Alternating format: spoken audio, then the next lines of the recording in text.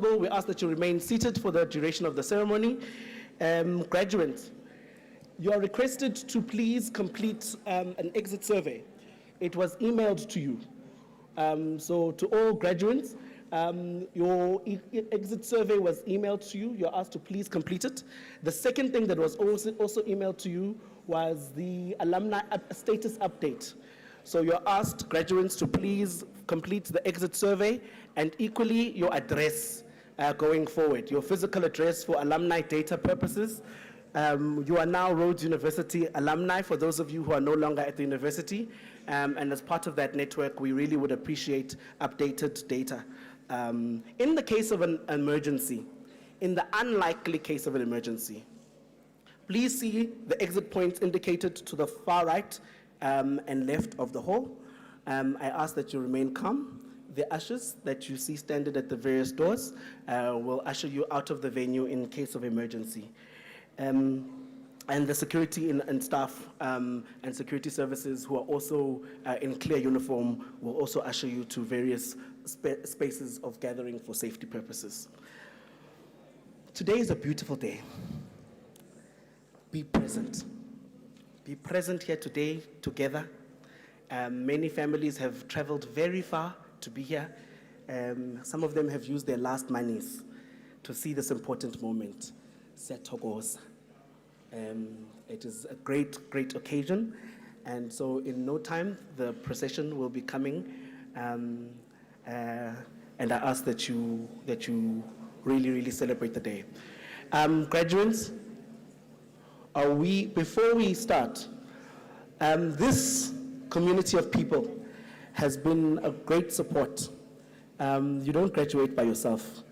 There are lecturers and deans and tutors, but there are families, there are friends, there are networks, there are brothers, mothers, aunts, okoko, rahadis, worms and uncles who come and support you. And so I'd like to give the graduates a moment to give a round of applause to their network of people who supported them. Some of them will be on the stage at some point today, but just to take one moment, graduates, to give thanks to the people who will be applauding you today, but that you take a moment to thank them for the support they have given you in pocket monies, in monies for textbooks, in all sorts of encouraging texts, voice notes, and calls in the time that you've been here. Graduates, please could we applaud your support network.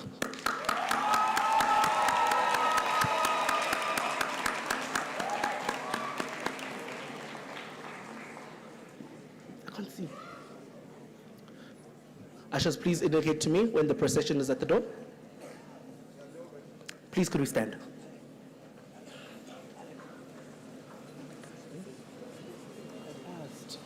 Okay.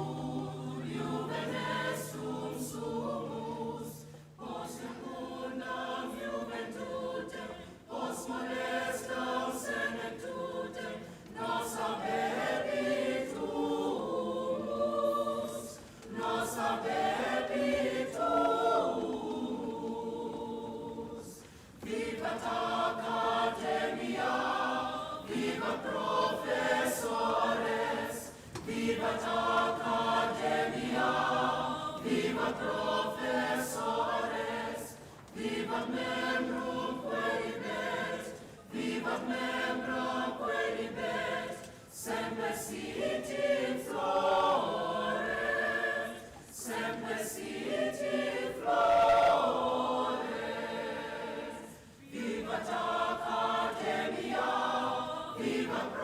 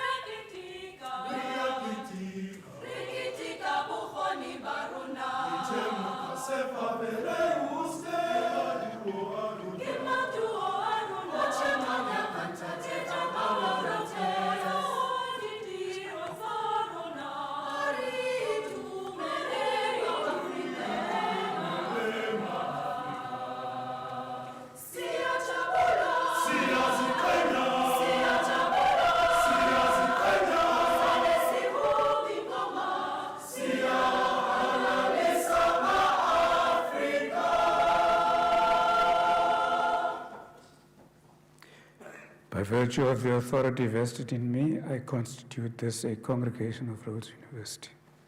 Please sit down.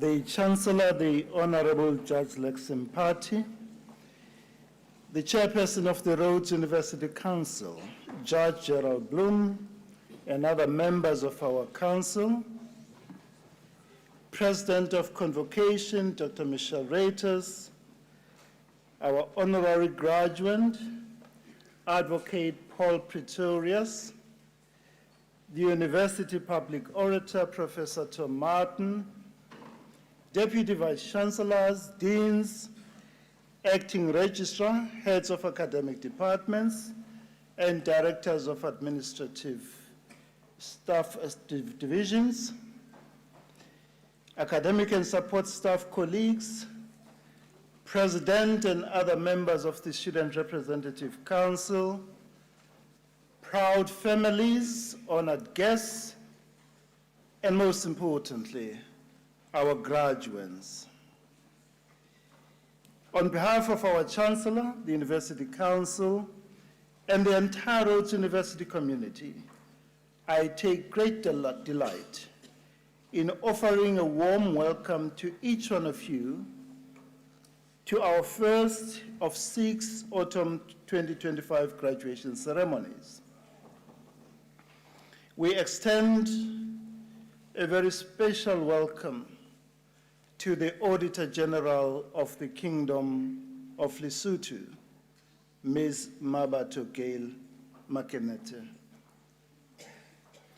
Today is a day of immense joy and celebration, a moment to acknowledge and honor the achievements and success of our students. We offer our warmest and proud congratulations to each one of you, our graduates, on your graduation today. We rejoice with you and your loved ones in your proud and impressive achievements. We salute and celebrate those of you who are the first in your family to earn a university degree. This is undoubtedly a moment of great pride and significance, not only for you, but also for your loved ones who have supported you on this life-altering journey. We extend a special recognition to the local Makhanda graduates, particularly those who have benefited from our university's initiatives aimed at enhancing the quality of learning and teaching in our local public schools. We are pleased that 107 graduating students access Rhodes University through this initiative in collaboration with Gardner Matric Schools.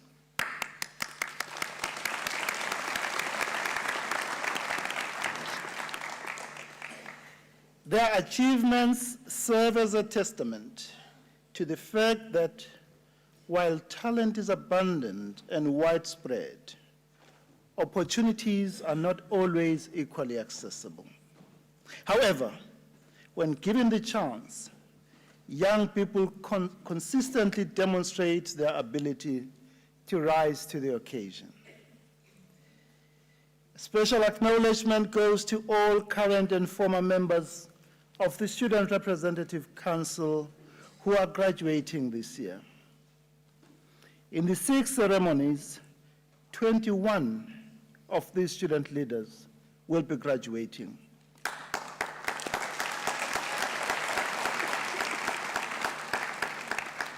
Nine of them will be receiving a postgraduate qualification. You see, at Rhodes University, student leaders not only serve the student body with dedication and zeal, but also excel in their academic pursuits, successfully completing their qualifications. My leaders, your commitment to both leadership and scholarship is truly commendable.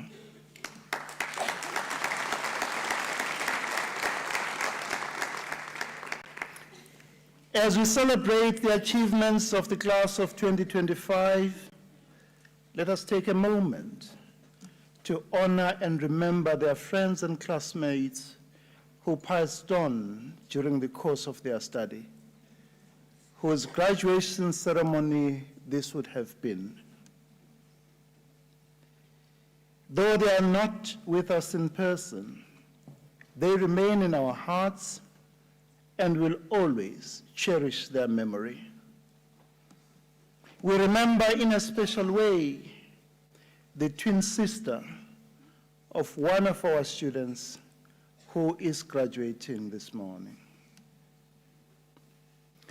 During the 6 graduation ceremonies of autumn 2025, a total of 2,063 students will be awarded their degrees, postgraduate diplomas, and postgraduate certificates.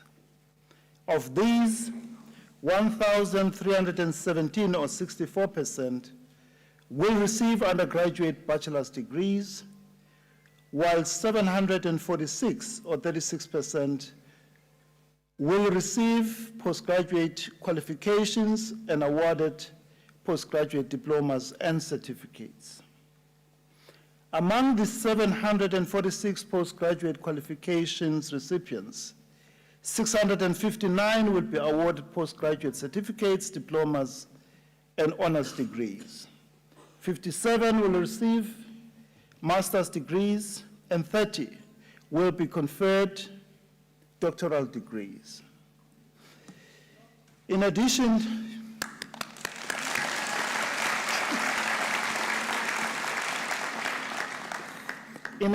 to the 6 graduation ceremonies of autumn 2025, there is an exclusive graduation ceremony for master's and doctoral students, which is normally held in October.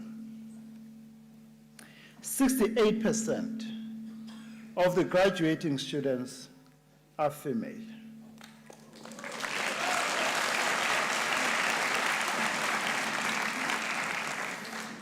Malbongwe. Malbongwe.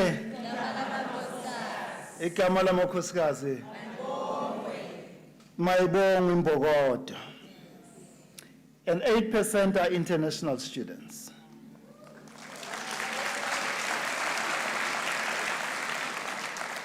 We extend our warmest and heartfelt congratulations to the 4 recipients of the university's highest honor, the honorary degree.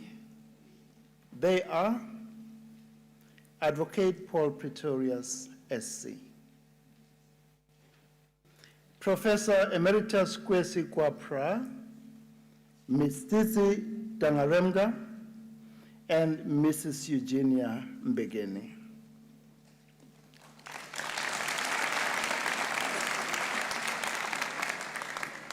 Their personal journeys, selfless sacrifices, unwavering conviction, and outstanding accomplishments in public life and in various fields of human endeavor distinguish them from others. They stand as a source of inspiration worthy of admiration and emulation by us all. We also extend our heartfelt congratulations to all recipients of the Vice Chancellor's Distinguished Awards across the various categories. Their outstanding contributions to the intellectual pursuits of our university are deeply valued, and we remain profoundly grateful for their dedication to excellence. Dear graduates, the moment the Chancellor places the academic cap on your head and declares, "I confer the degree," or shakes your hand and says, "I award the diploma or certificate," you officially become a graduate of Rhodes University. Not just any graduate. You become part of a legacy of excellence, a graduate of Rhodes University, where leaders learn. This sets you apart from other graduates and bestows upon you a unique set of expectations, responsibilities, and obligations to your family, to your society, and to humanity. You are called upon to live a life of service, to lead with purpose, and to contribute meaningfully to the world around you. The world you are stepping into is one of uncertainty and complexity. A world that needs leaders of courage, vision, and integrity. Wherever life takes you, strive to be the light that dispels the shadows of greed, corruption, hatred, selfishness, and division. Lead with compassion. Uphold the values of honesty and justice, and use your knowledge to create meaningful change. The world does not only need skilled individuals like you, but also principled leaders with a strong moral compass. As you take your rightful place as a Rhodes University graduate, may you always embody the spirit and values of our motto, vis virtus veritas, strength, virtue, and truth. And may you always be guided by an unshakable commitment to integrity, honesty, empathy, human solidarity, and steadfast commitment to service. Through your thoughtful acts of kindness and generosity, may you rekindle faith in the inherent goodness of humanity. And may you always be a source of encouragement, inspiring others to feel valued, hopeful, and confident in themselves, confident in their lives, and confident in their future.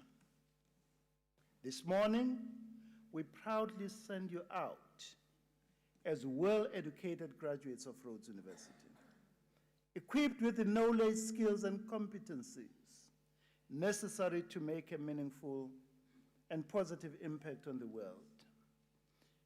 Step forward with confidence, knowing that you possess the power to shape a brighter and more just future. Honored guests, the 2025 autumn graduation ceremonies mark the final set to be presided over by our beloved Chancellor, Judge Lex Mpati. Judge Mpati has dedicated 13 years to serving as Chancellor of our university, overseeing these ceremonies with unmatched grace and dignity. We extend our deepest gratitude to you, Tata, for your exceptional service to our university, which has been carried out with great honor and distinction.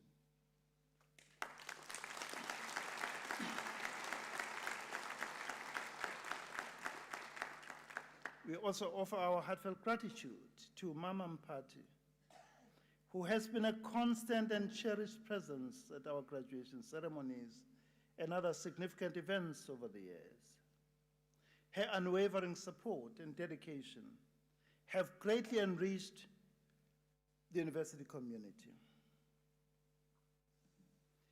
At the conclusion of this ceremony, my dear graduates, when you are reunited with your loved ones, take a moment to embrace them warmly and express your gratitude and appreciation by whispering these words: "Thank you for all that you have done for me." We wish you great success, happiness, and fulfillment in the years ahead. To all of you, Alf Mabruk, 1,000 congratulations. Sante sana, enkosi, gyalibuha, ngiyabonga, gyalibuha, ndolibuha, vielen Dank, ngiyathokoza, webalunyo, obrigado, inkom, datenda, shukran, zikomo kwambiri, merci beaucoup, baya danki, большое спасибо. Thank you very much.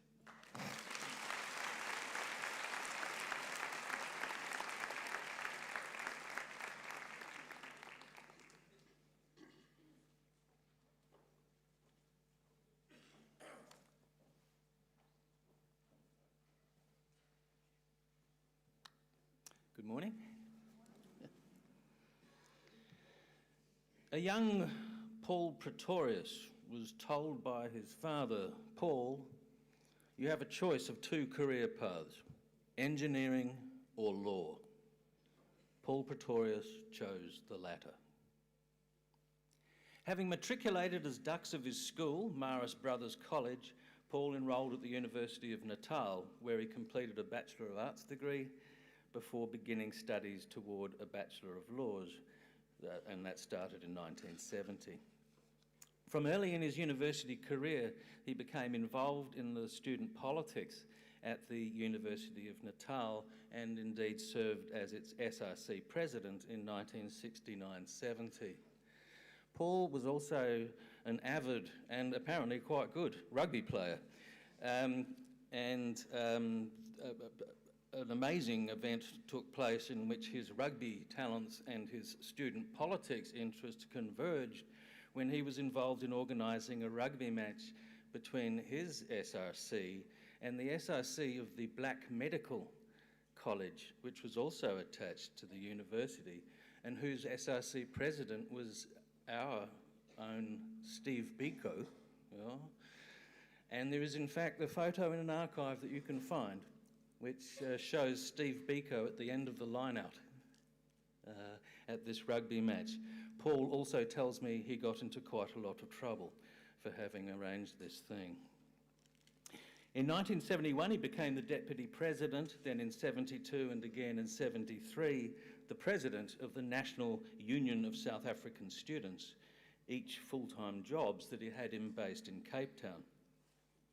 In 1973, Paul was placed under a banning order by the John Vorster government. As such, he was forbidden to continue his job with NUSAS, but nor was he allowed to leave Cape Town. Nonetheless, Paul made good use of his time. He managed to complete his LLB part-time via correspondence through the University of South Africa. He also opened up in Rondebosch a record bar called Cold Storage, which by happenstance was quite close to the University of Cape Town, and which by coincidence tended to be frequented by university students who may or may not have kept him updated on student politics. Who's to say? Finally, while banned, he found the time to catch up on the leftist political literature of the day and even to read his first Marxist book. Given that he'd been banned under the Suppression of Communism Act, this last point is deliciously ironic. The banning order was lifted in '76, finally allowing him to travel to Durban to tend to his ailing father. It was also in '76 that he was awarded his LLB from UNISA, and in '77 was admitted as an advocate to the Natal Bar, where he practiced for some years, primarily for the trade union movement.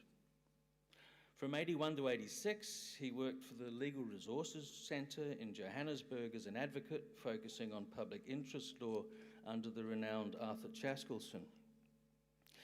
As one of his nominators put it, this was a challenging period for Paul, as his security and the security of his family was under constant threat because of his work at the LRC. There were at least 2 attempts on his life during this period, which were linked to the apartheid security regime. In 1986, Paul resumed private practice, this time at the Johannesburg Bar, and was appointed senior counsel in 1994. Much of his work has been in the area of labour law, with a particular focus on alternative dispute resolution, such as arbitration, mediation, and conciliation. He has a long record as an arbitrator and mediator in industrial relations, community disputes, and commercial disputes under the auspices of a range of associations. In 1991, he received the United States Federal Mediation and Conciliation Service Certificate of Recognition. In the past, he's been a member of the Board of Trustees of the Community Dispute Resolution Trust and the Alternative Dispute Resolution Association of South Africa. He's been a member of the Management Committee of the Arbitration Foundation of South Africa, a member of the Court of Arbitration for Sport in Geneva. He is a member of the South African Law Commission Working Group on Arbitration and Alternative Dispute Resolution, and he's been an acting judge for the High Court and the Labour Court on several occasions. On the academic front, he's been the author of occasional papers and articles on labour law and dispute resolution, and has presented seminars and lectures on the same topic in South Africa and abroad.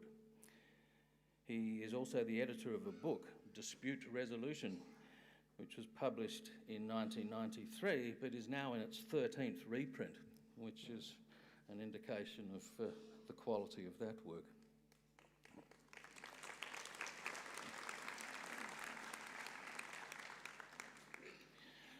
But Paul is probably best known outside of the legal fraternity for his work on the state capture of Zondo Commission of inquiry. From 2018 to 2022, he was the head of the legal team and the evidence leader for that commission, a task of gargantuan proportions. One nominator claims that Pretorius's appointment to the Zondo Commission of Inquiry opened him up to a barrage of criticism and political wrangling. I won't tell you what Julius Malema called him. By all accounts, however, the nominee held steadfast to his professional values and the pursuit of justice. His approach led one commentator to remark that he, quote, has a formidable intellect and is an exceptionally meticulous and thorough lawyer. He's very quiet, flamboyant, ego-driven lawyer, but he more than gets the job done. He's a listener rather than a talker, which is a bit odd for a senior counsel, apparently. Sadly, the hoped-for fruits of the Commission's labour are yet to be realised. It is not yet clear which, if any, of the Commission's numerous recommendations, which are now already 3 years old, the government will see fit to institute. Nevertheless, there can be no doubt that South Africa owes a debt of gratitude to Paul Pretorius for the work he put into that Commission of Inquiry, and indeed for the leading role he has played for decades in the field of conflict and dispute resolution. I, for one, am very glad that all those years ago he chose law over engineering. Mr. Chancellor, I have the distinct honour to request you to confer the degree of Doctor of Laws honoris causa on Advocate Paul Pretorius SC.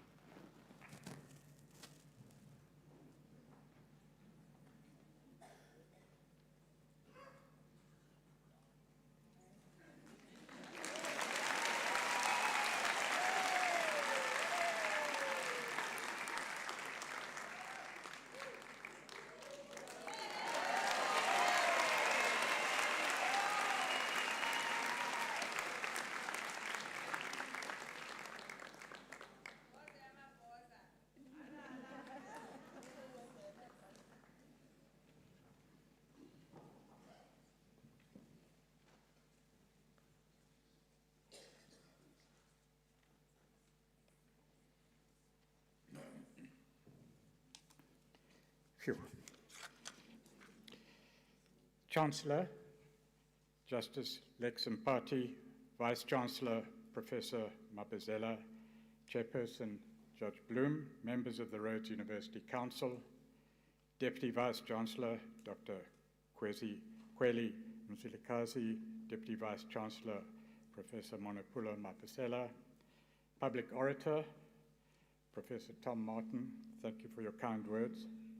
Deans, academics, support staff and students, distinguished guests, ladies and gentlemen, and especially new graduates and families and guardians of graduates. And to my family, thank you for your support, especially during difficult times. Good morning. Molweni and Goeiemorgen. Thank you, Rhodes University, for giving me this honor and for allowing me to address you today.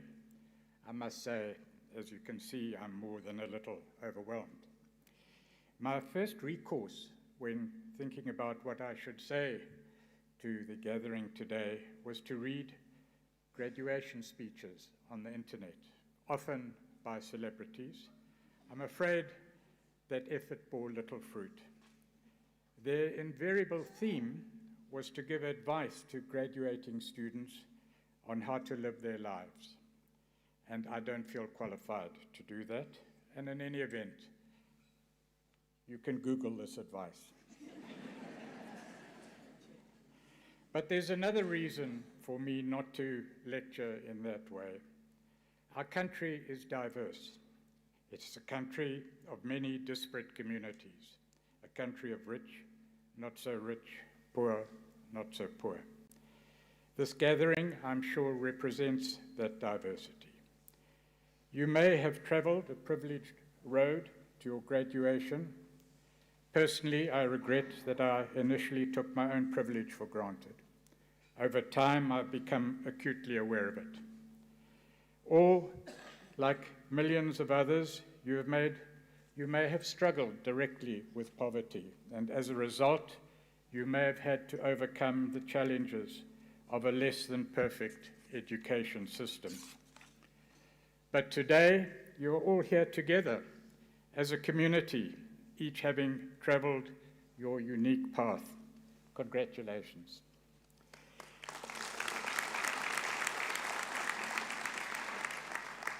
And that diversity and how it can bring us together are wonderful attributes of our country. But it is also why I would not presume to tell you how you should live your life. What I can do and will do is share some thoughts about how I've lived my own life in dealing with challenges I've faced through past years, in the hope that some of that may resonate with you as you leave Rhodes to face your own challenges in future years. In 1973, a long time ago, I visited Rhodes University as president of the National Union of South African Students. NUSAS was an affiliation of the Student Representative Councils of mainly English language universities. It was committedly anti-apartheid and obviously a target of the government of the day. And it was here at this university, while standing at the Students' Union, I was approached by two gentlemen in suits. I think they were brown suits. And they presented me with a banning order. Banning meant total political isolation and several pages of restrictions. Restrictions on where I could live, where I could go, what I could do. I wasn't allowed at an educational institution any longer. No social gatherings or any form of publicity were allowed. I had to complete my LLB degree by correspondence, and it also meant constant surveillance by security police. In fact, I was once arrested for playing a game of bridge. How did I feel about that? Thinking about it now, I remember feeling very little. Perhaps, as has been pointed out to me, I might have suppressed my response, but this was simply part of the territory of the day, and not surprising consequences of decisions I and many others had as how to respond to the challenges facing the country at the time. How have the challenges we must now face, some 52 years later, changed? Is there anything of use and value that I can take from that time and apply it today? I'll talk about this question with reference to three topics of my own experience and interest, and hopefully they may have been some interest to you in this rapidly changing system. And thirdly, the scourge of crime and corruption which has beset our country. We all have faced and will continue to face these issues, and how you deal with them will play a large part in your own futures. Let me deal first with conflict resolution. When I was a student, like all of you, I was exposed to new thinking, new choices, new challenges. Plan, but when life placed various courses of action before me, I made what I thought were the best decisions. Of course, this wasn't always the case. One of the most popular songs, and those close to my age will remember Bob Dylan, folk singer and songwriter of my own generation. He in fact won the Nobel Prize for Literature, was "The times they are a-changing," and that's apposite also for today. It was described as the archetypal protest song. Dylan wrote it as an anthem for children.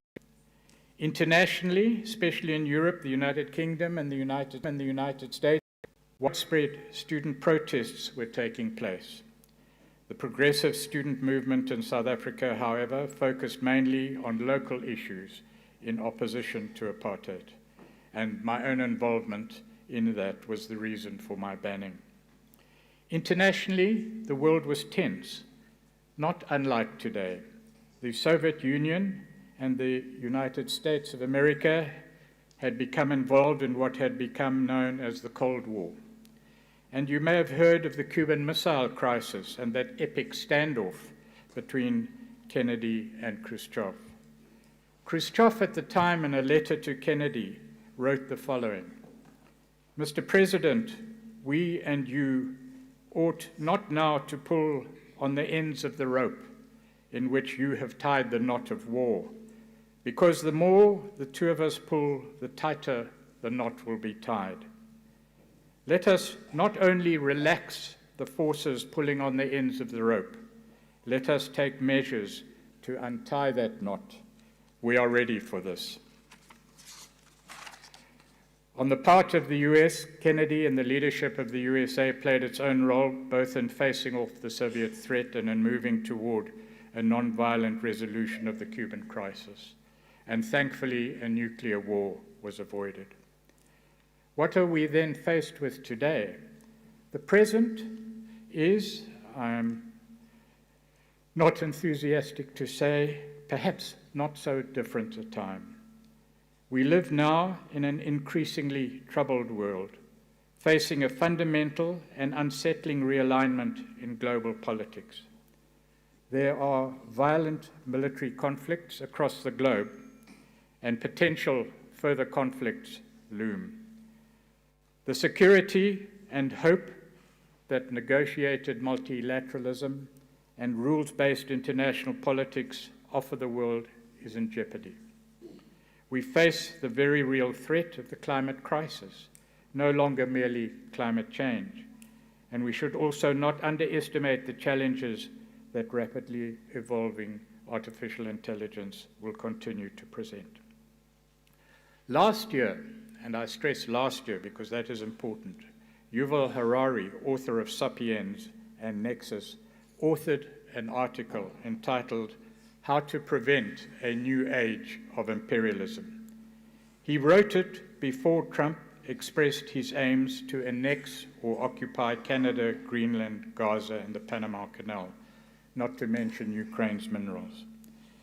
And Harari wrote this in response to Russia's invasion of Ukraine. He said, "We fully appreciate our knees only when they stop working. The same is true of the global order. Its former benefits become apparent only as it collapses. And when order collapses, the weak usually suffer most.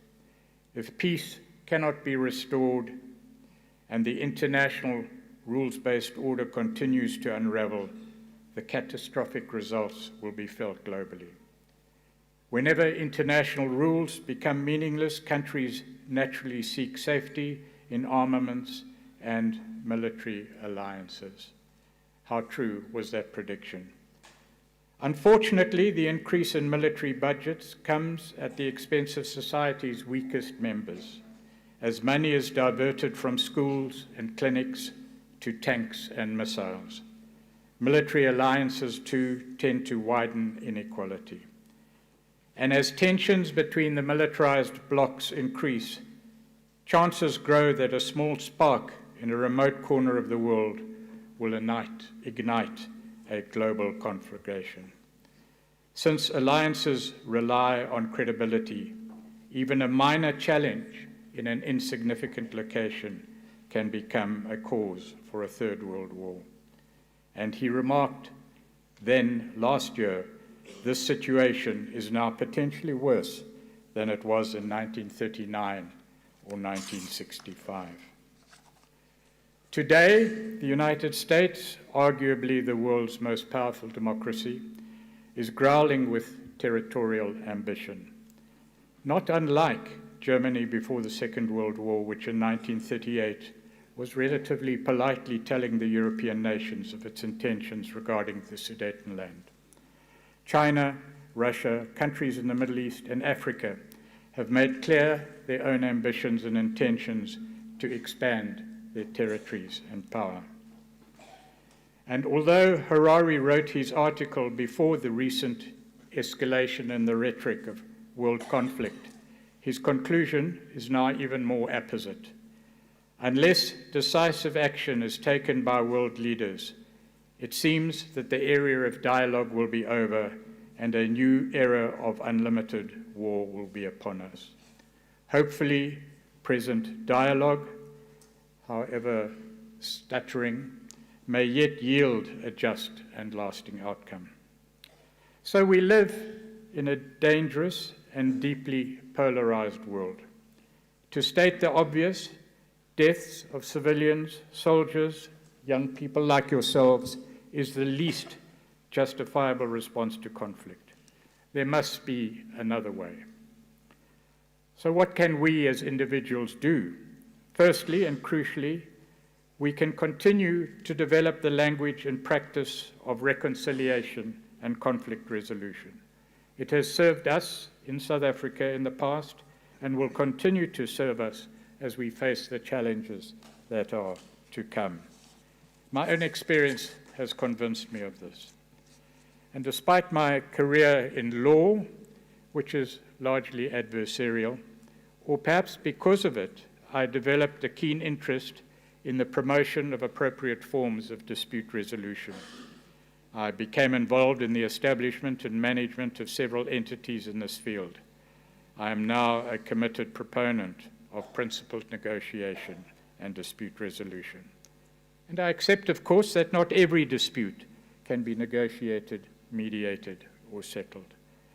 But despite all the problems in our country, and they are serious, and they are many, we handle conflict reasonably well.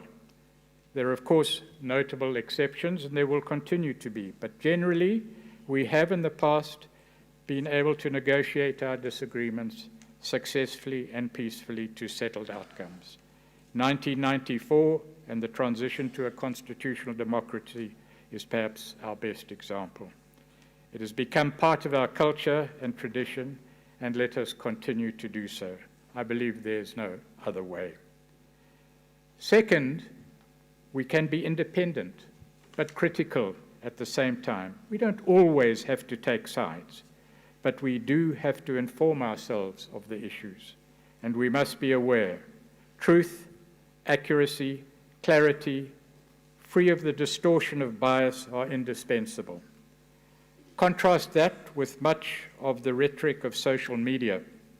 It is invariably self-serving, overly adversarial and aggressive, and even militant.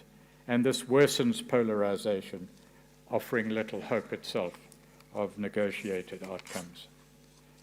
We can change that language in our everyday communication when we talk to those we disagree with, to seek understanding and humane responses rather than absolutism and naked self-interest. And if everyone in this hall, and I'm addressing the graduates, can persuade just one other person to adopt a new practice of principled, accurate, and honest engagement, and they in turn can persuade one other, that itself will be an impressive outcome. Try it, please. Secondly, inequality. More than 3 decades since the end of apartheid, South Africa remains deeply unequal in almost every aspect of our society.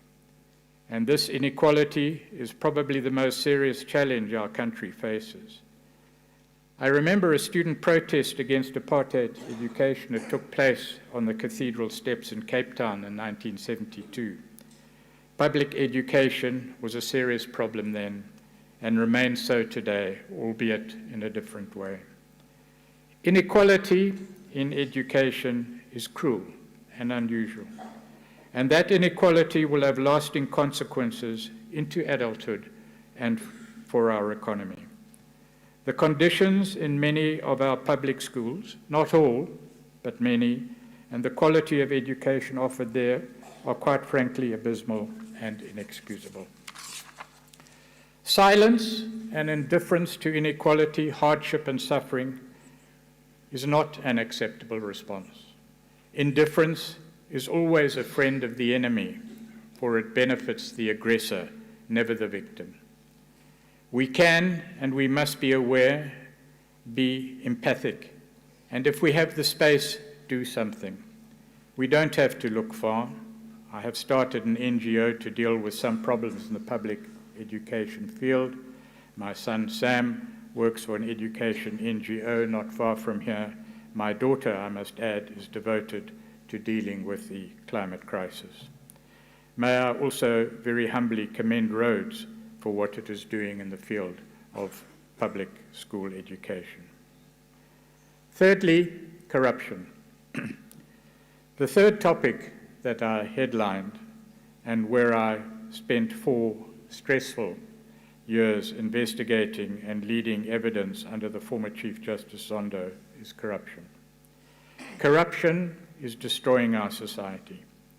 Unless it is dealt with immediately and decisively, which is not, I'm afraid, the case thus far, despite the promises and the platform rhetoric, we have no hope of justice, personal security, and the economic growth necessary to build our society. This is the lesson of Zondo. And to close, some thoughts for you seated behind. As Bob Dylan wrote in the 1960s, the only constant in life is change. Yes, we live in times of change, in our country and in the world at large. Many would warn they're dark times. We sleep through the issues facing us at our peril. But we can make a difference, and we must. If you think you can't make a difference, or you're too small to make a difference, you've never spent a night with a mosquito. There are famous authors who put things so much better than I ever could. Viktor Frankl wrote Man's Search for Meaning. It was the product of his time in a Nazi concentration camp. Now, I don't mean to equate his reality with ours, but he said many things from which we can learn. Among them, between stimulus and response, there is a space. And in that space is our power to choose our response. And in our response lies our growth and our freedom. He pointed out that everyone has his own specific vocation or mission in life. Everyone must carry out a concrete assignment that demands fulfillment. Therein, they cannot be replaced, nor can their life be repeated. Thus, everyone's task is as unique as their specific opportunity to implement it. And remember, if we're going to make a difference, we must be different and accept that at times we will be in the minority, even unpopular. In fact, if I look back, I've very often been in some sort of trouble, particularly where authority is concerned.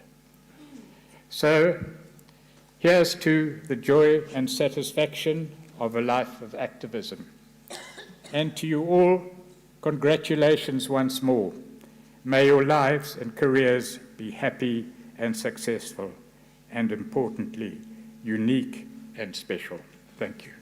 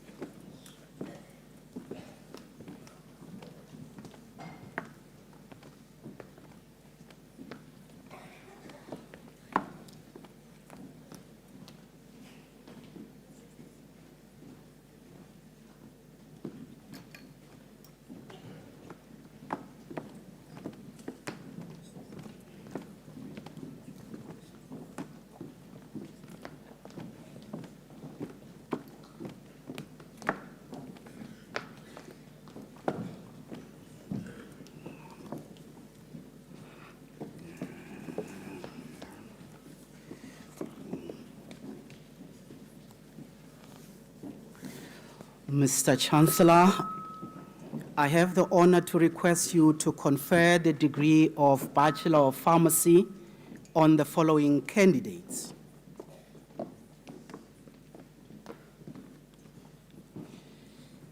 Rihan Abdul Ghani Essa with distinction.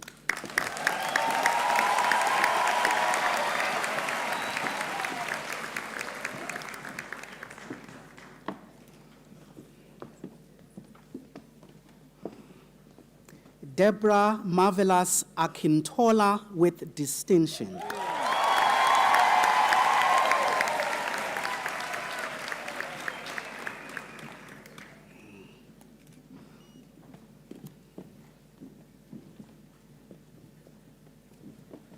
Sinotando Bam.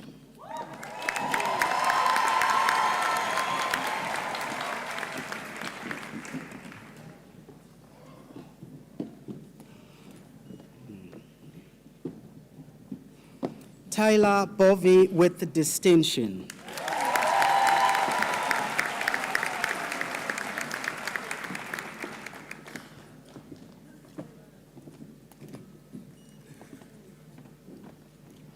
Nhlakanipho Buthelezi.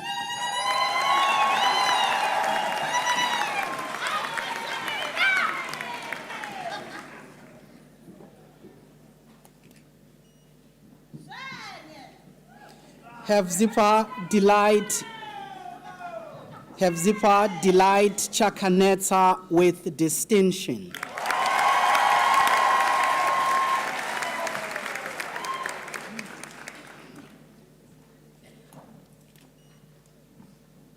Tanatswa Nompumelelo Charamba.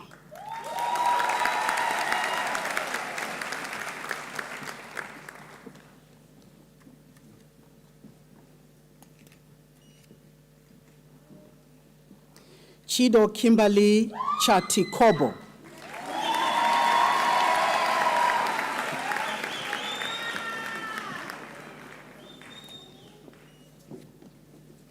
Ruvimbo Winfield Chikwenure.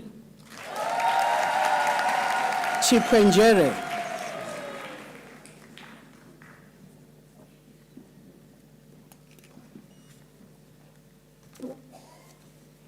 Vongai Chirove.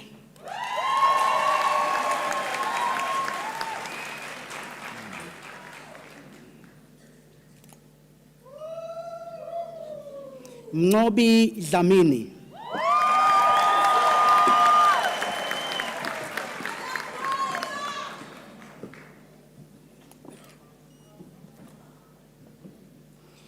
Nicole Gopal with distinction.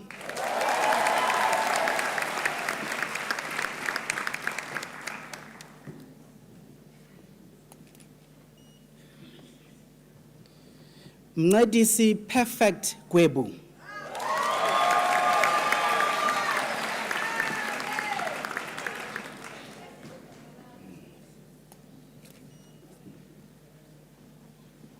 Abdullah Hassan.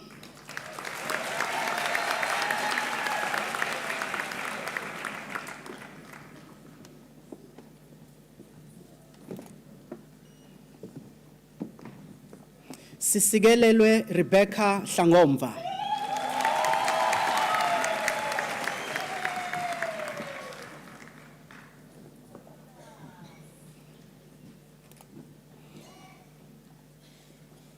Bongmusa Hlachwayo.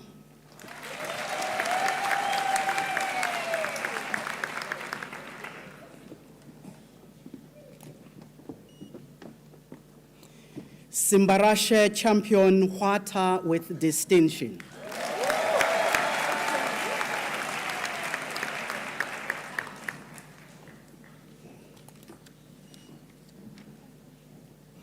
Celine Igiraneza.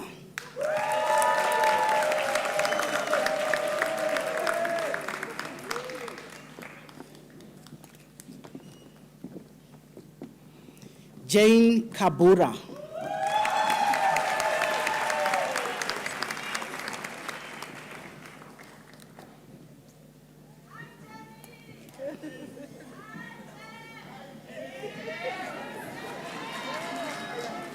James Frank Callis.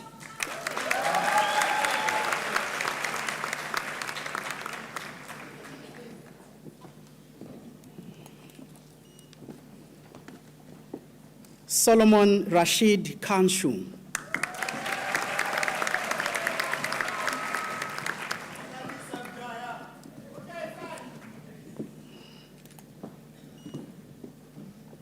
Kimberly Nyasha Caserera.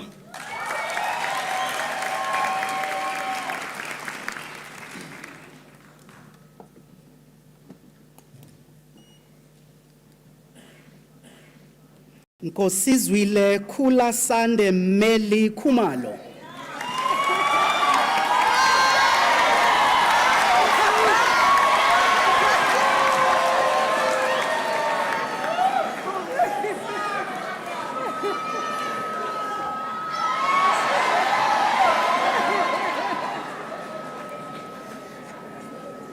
Kawegazi Onga Kuzana.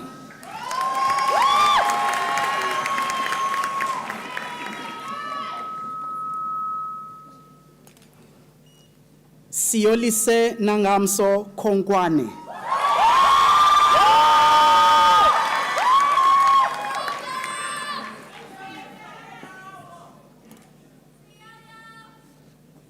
Kwelo Ramashiho Letaheng.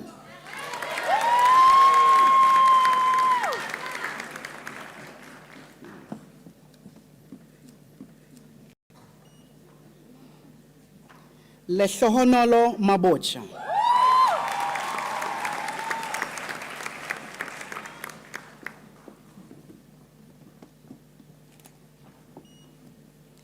Kanyanati Machi.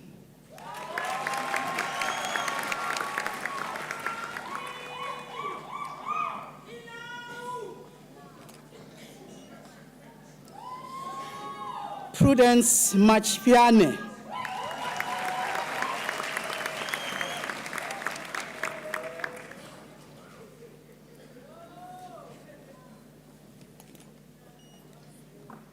Sibusiso Isaac Matu.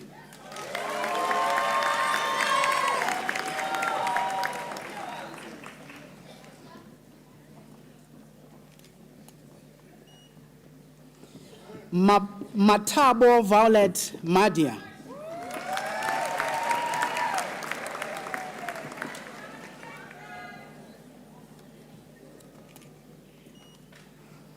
Amamgele Madondile.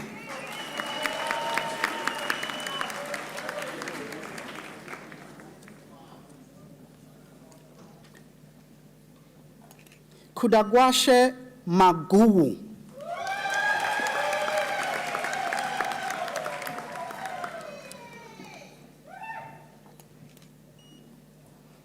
Karishma Maharaj.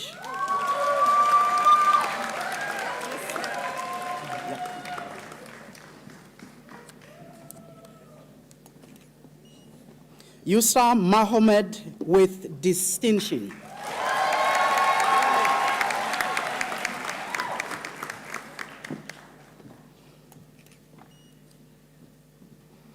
Nogupiwo Zolile Majozi.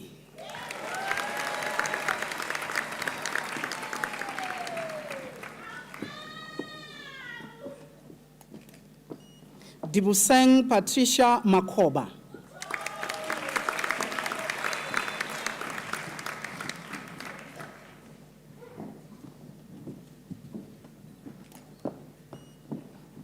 Chikomborero Manyumwa.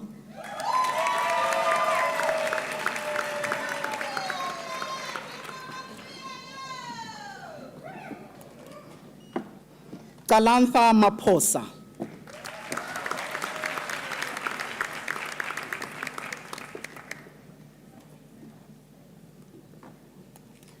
Morris Mashiho.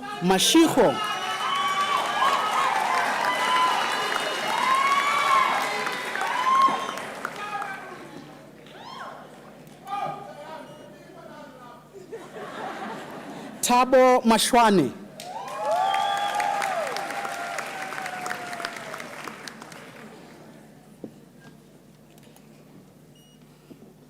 Kuhle Yandiswa Pearl Masina.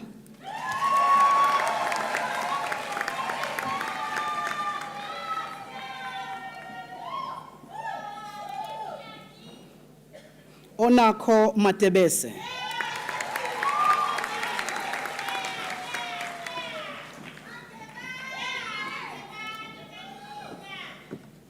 Manesha Vinod Mathei.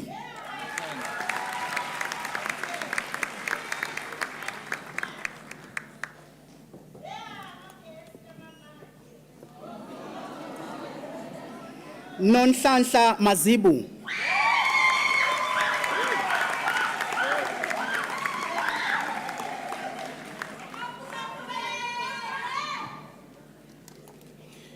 Luyanda Meluleki Mazibuko.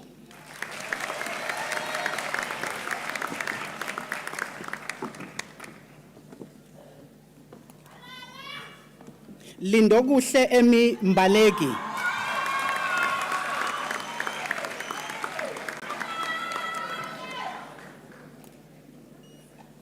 Wendy Princess Mbambo.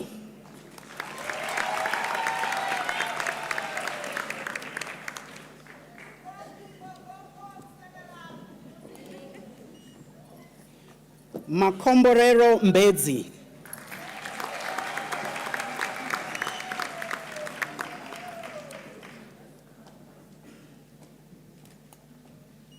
Spamandla Mbele.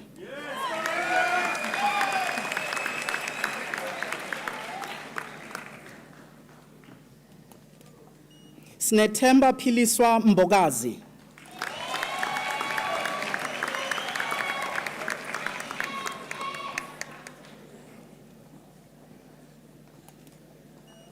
Gwanda Chulumango Mbogodi.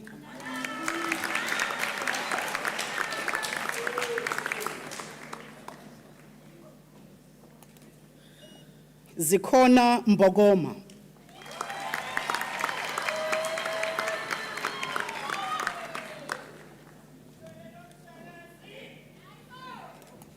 Snenhlanhla Luyanda Mdagani.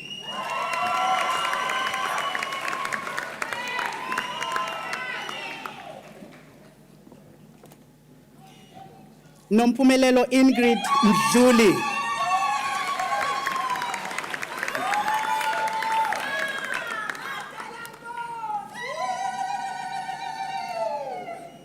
Silindelo kuhle Mdleleni.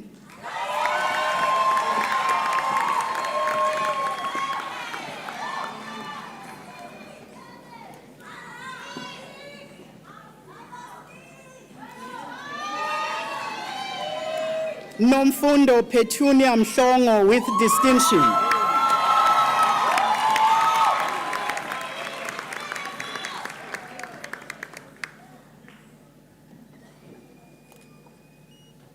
Schwab Mia.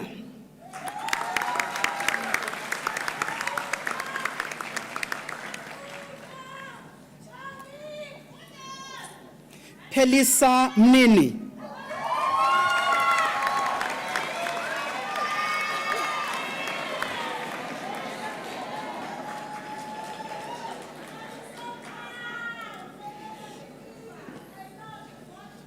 Lerato Joyce Mfokeng.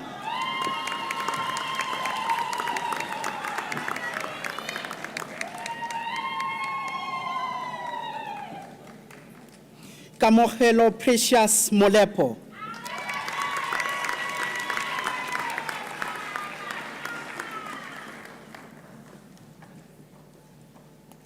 Amahle Mlolose.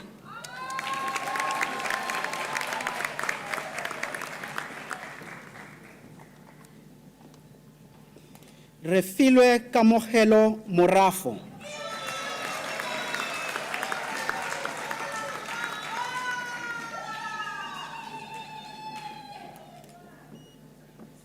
Ishmael Moyo.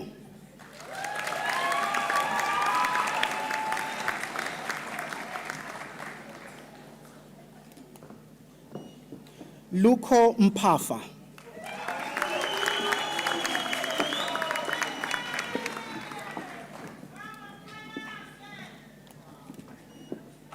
Ziphezinhle Lwandile Mpanza.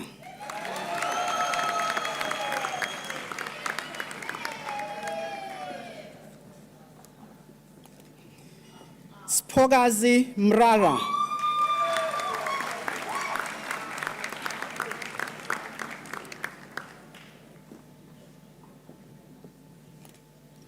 Senamile Khona Mthembu.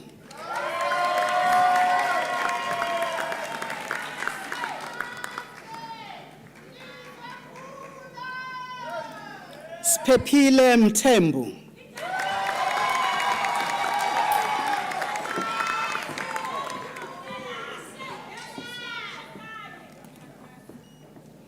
Rapofazo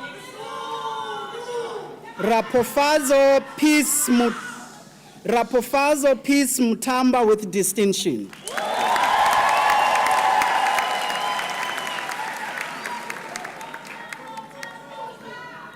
Iviwe Mvichane.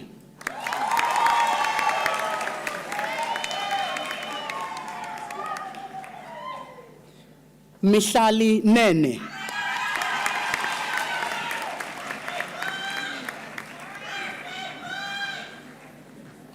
Remember Ngobeni.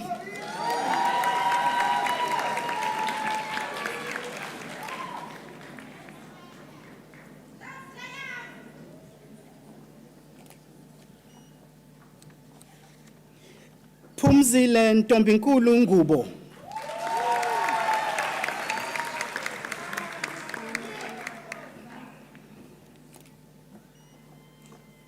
Mandisa Kimberly Nhlabathi.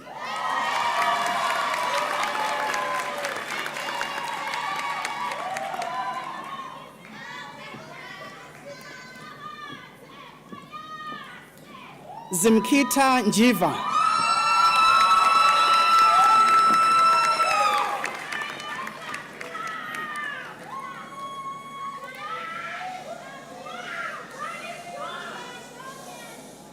Leseho Matemba Ompi Nkosi.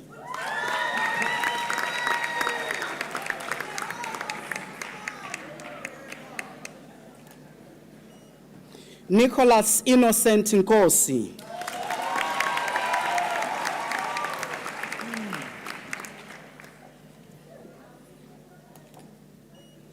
Anita Nomta.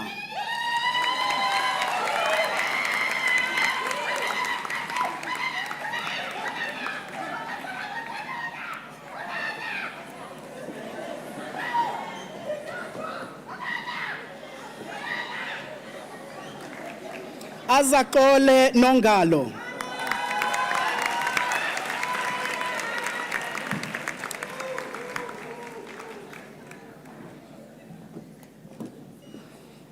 Ongezwa Ntintili.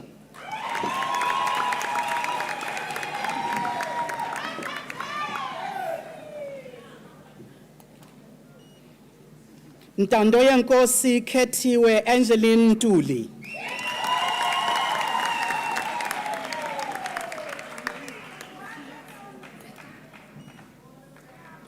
Kwanele Nolwazi Nxumalo.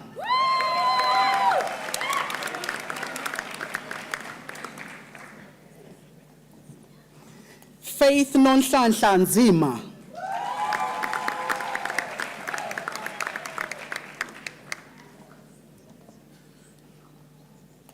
Emanuela Owusu.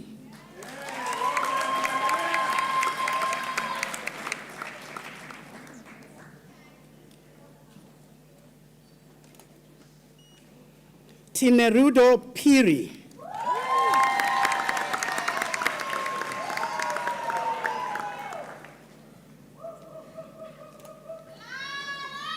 Asiphe Pitoyi.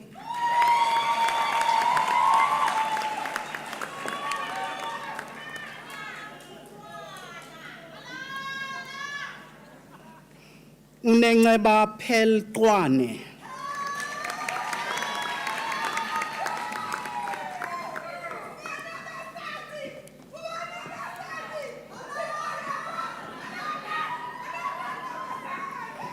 Anelisiwe Rakaza.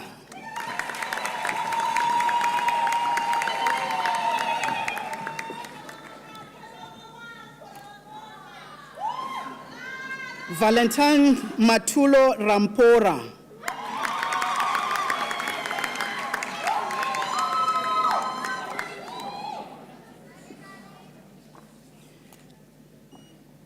Vugala Audrey Ramutaha.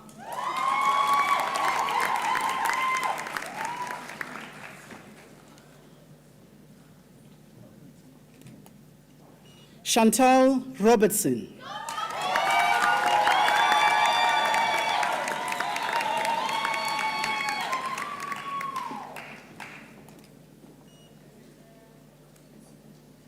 Sikolise Sapepa.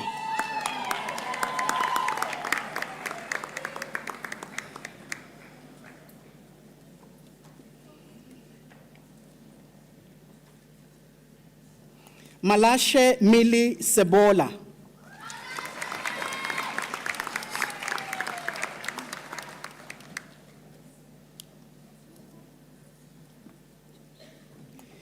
Kolelwa Selana.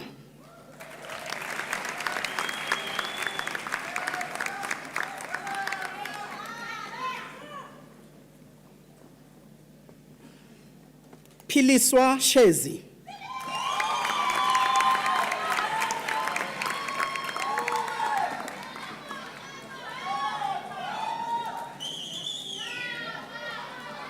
Nosipho Sbiya.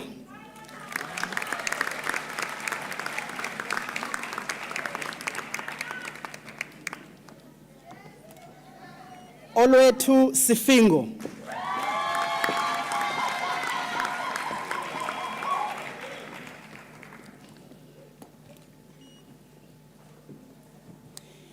Amanda Prinola Segwebela with distinction.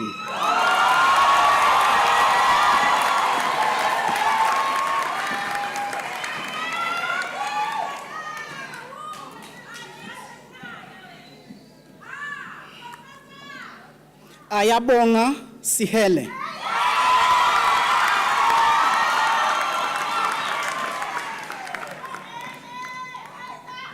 Andisiwe Sikunyana.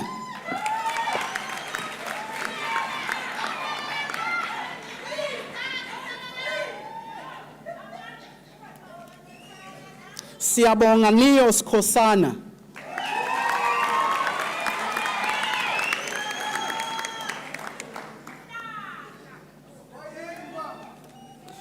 Bushe Spenati Sopi.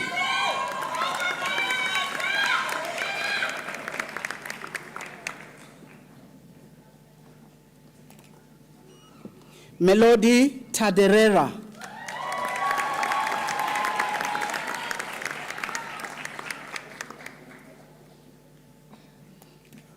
Sibabalwe Pamela Tantan.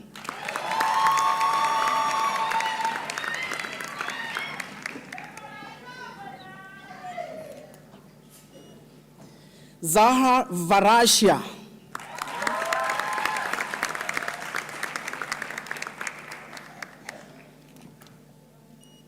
Simba Walter Venge.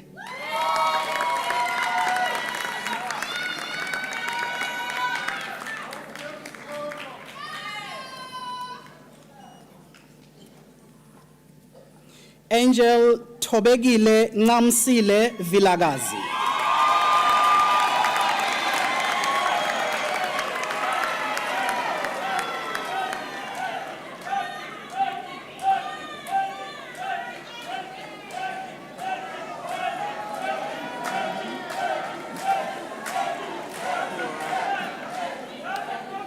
Sianda Yamgela Vilagazi.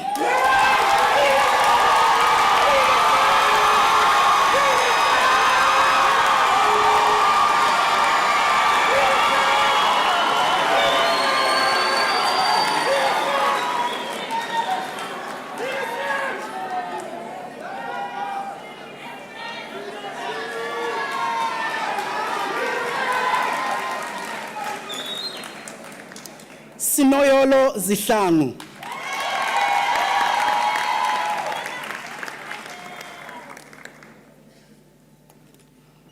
Athom Sizi Zikubu.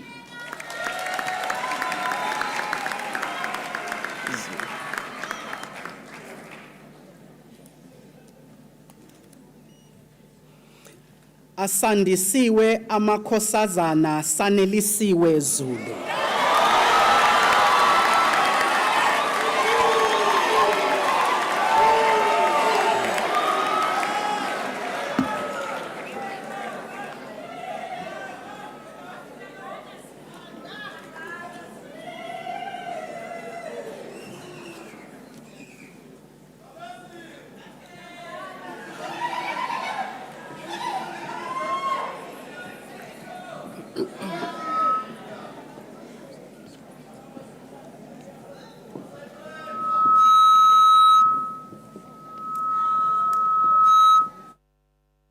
Mr. Chancellor, I have the honor to request you to confer the degree of Bachelor of Laws on the following candidates. Divine Shibunumu Anosike.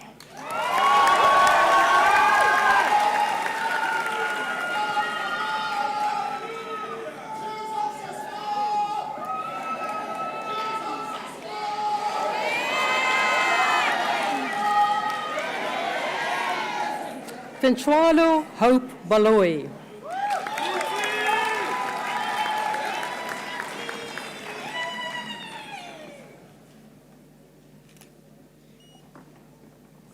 Kwezi Sipusetu Bekwa.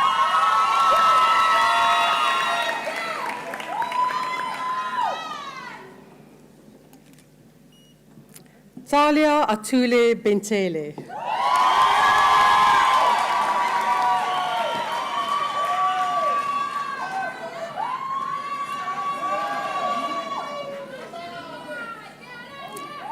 Andesiwe Sidovuyo Boy.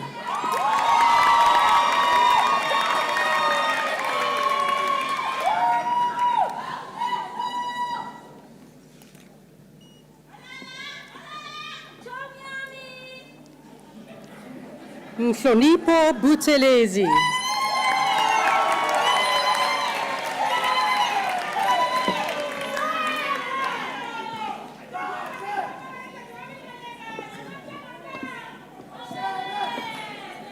Rukutso Stacy Shakona.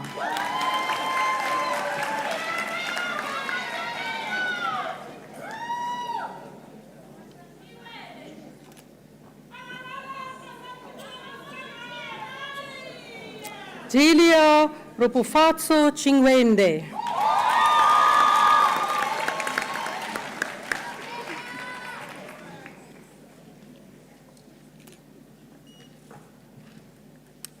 Peter Stanley Klassen.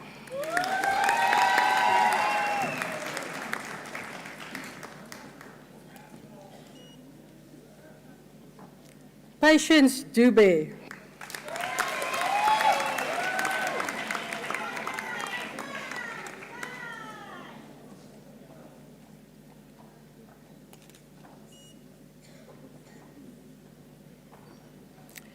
Timbalile Duze.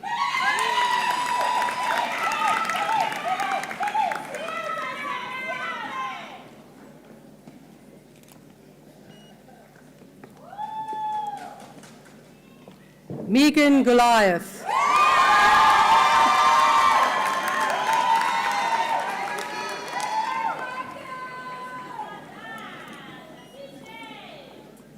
Molly Kamanga.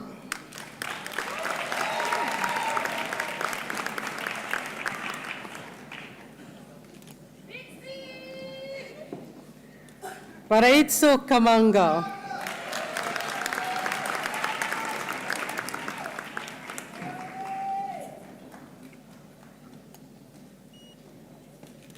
Selendile Asanda Kanyile.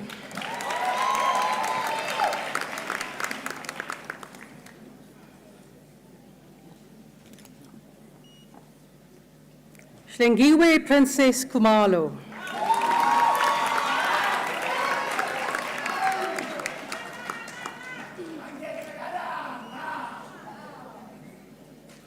Zonrai Ludik.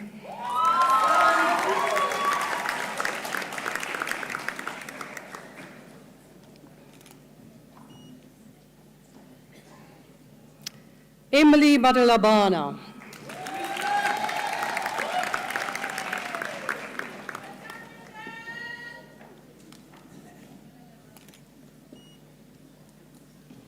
Lisa Tatiwa Mafufate.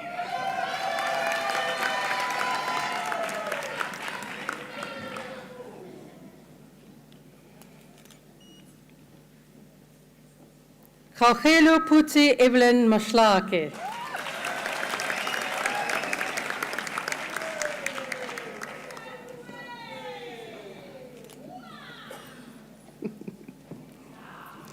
Bandulo Evidence Makhanda.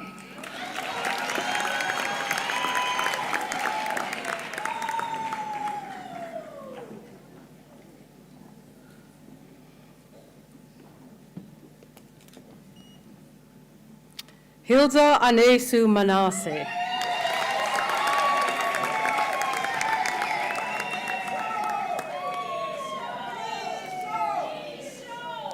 Natasha Tongwa Manda.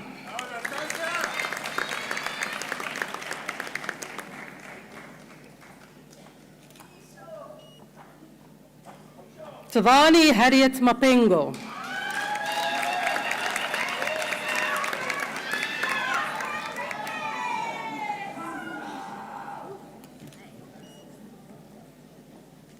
Renalwe Tlotlomatu Masete.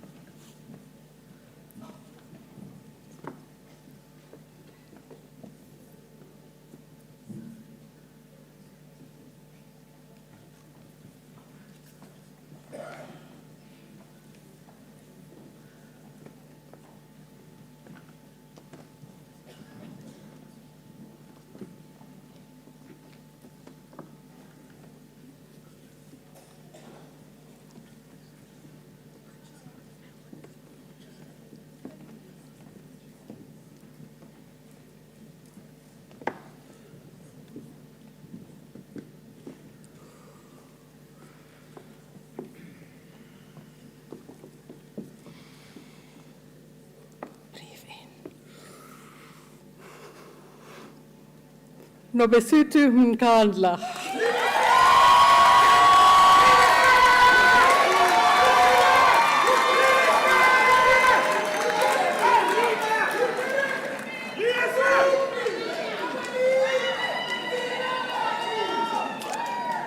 Dumazile Lina Mokwena.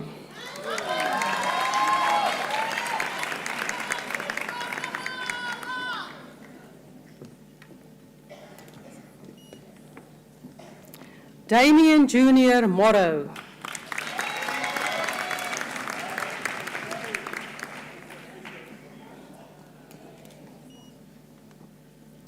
Rebecca Rebecca Moyo.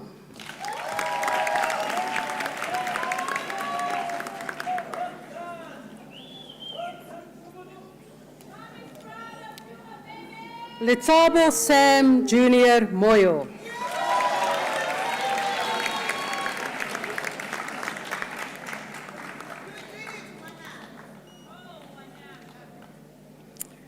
Famandla Lawrence Moyo.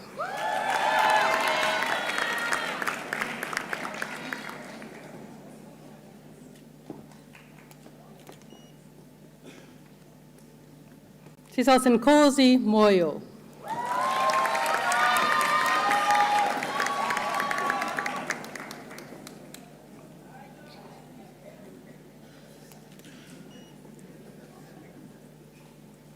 Zoe Zinsley Moyo.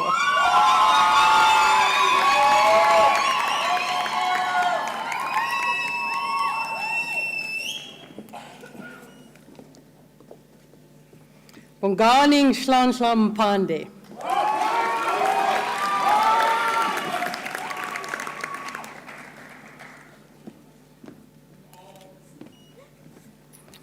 Inga Mflelo Mkingezi.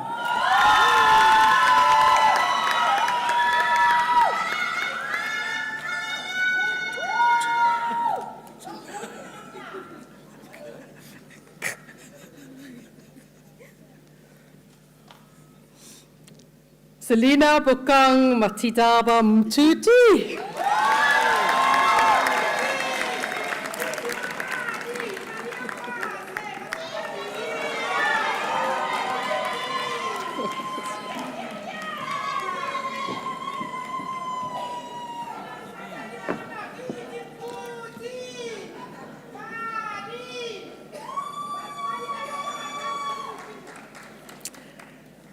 Zizwe siyabonga lukanyo mkwealana.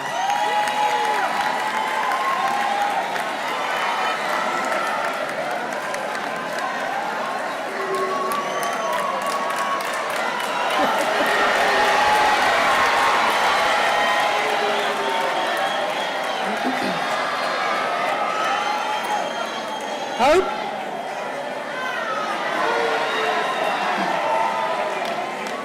Sakane Mutumbeni.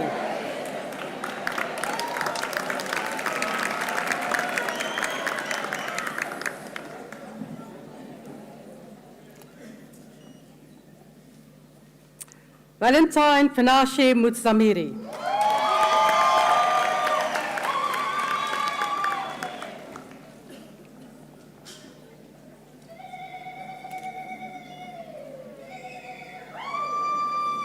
Anopa Tamuka Murambiwe.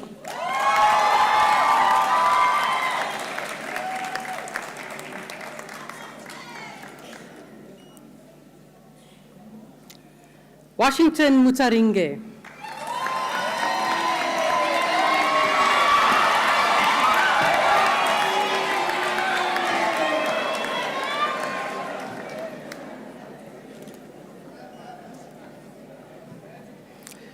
Nduduzo Mvundla.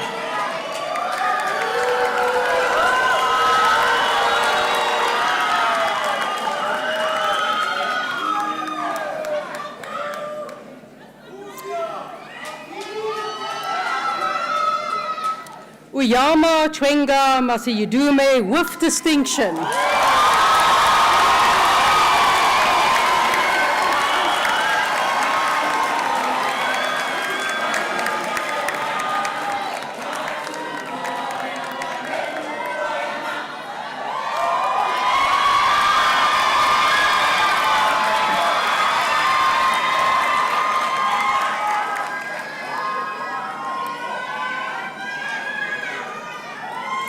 Noma Tamsankwa Precious Nkube.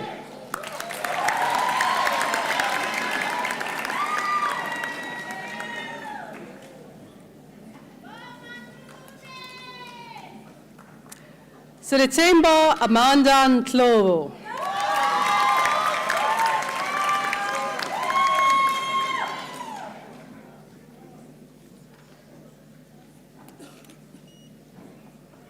Makabongwe Ntando Yinkozi Sasizo Ntwandwe.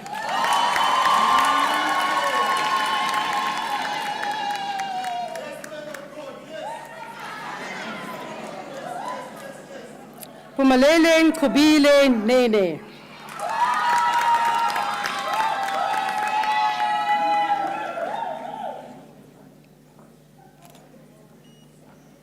Amanda Spesile Ngidi.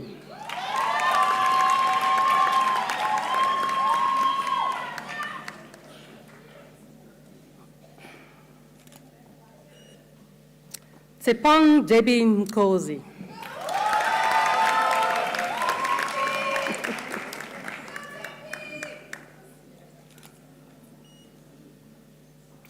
Mildred Nkuna.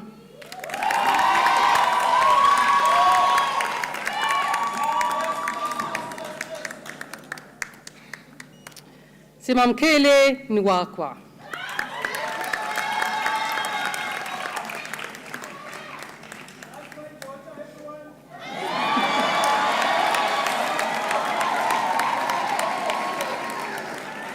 Tando Nombewu.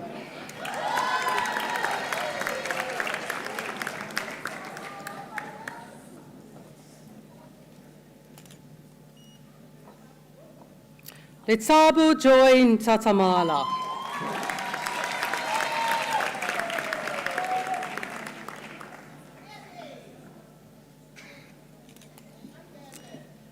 Yandisa Ntunya.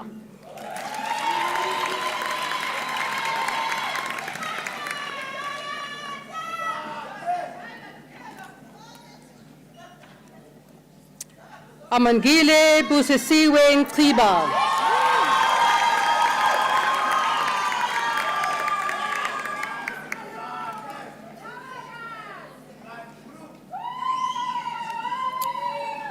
Cecilia Mtabelo Palani.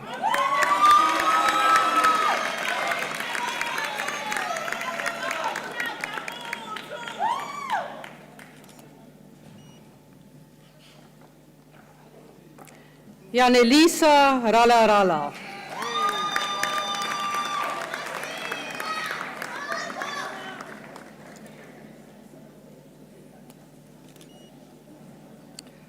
Kachelo Rasiote.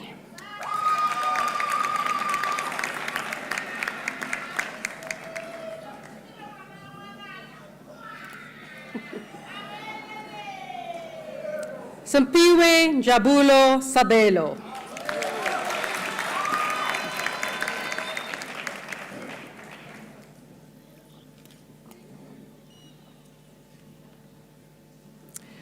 Lisha Chido Rufaro Sanyika.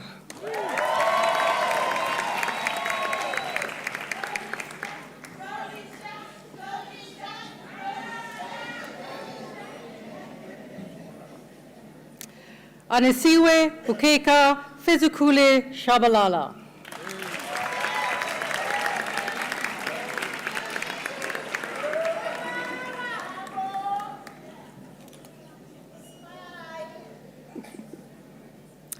Tabo Shongwe.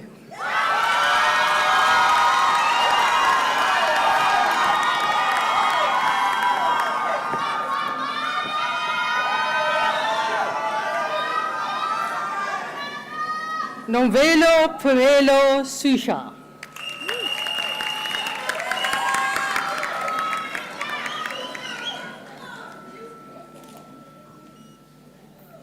Pusha Sibanda.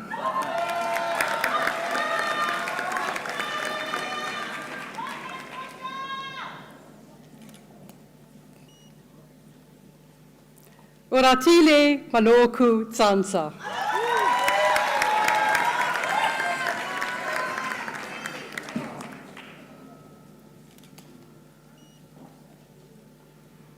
Abukfeni Chala.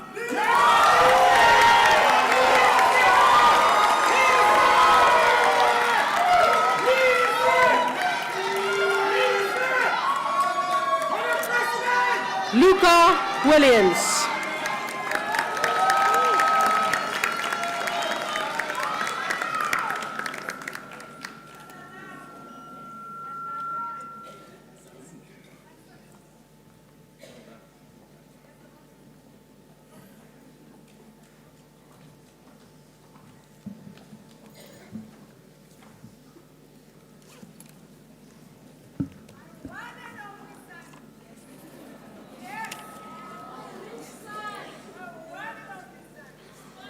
Mr. Chancellor.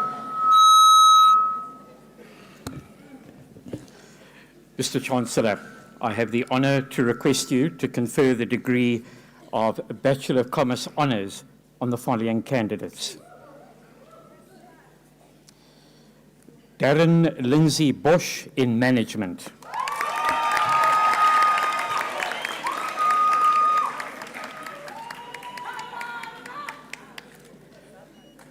Chanel Melissa Duplessis in Financial Management with Distinction.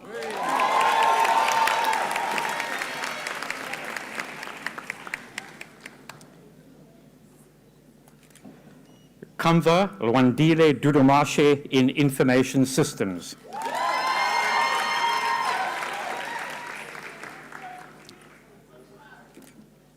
Ofensi Tembile Galane in Financial Management.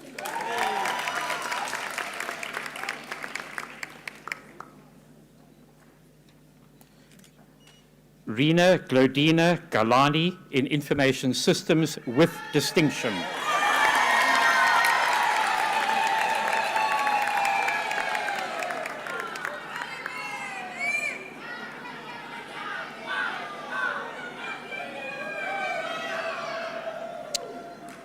Unopo Kelebeletse in Financial Management with Distinction.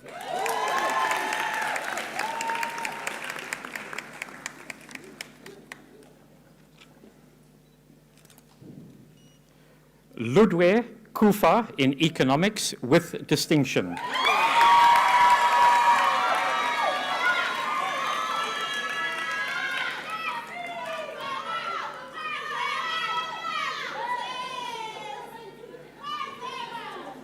Ashley Langa in Economics.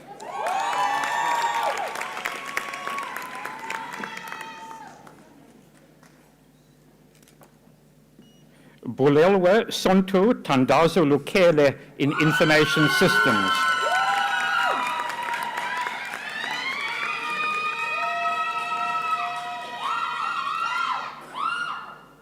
Inam Madolo in Economics.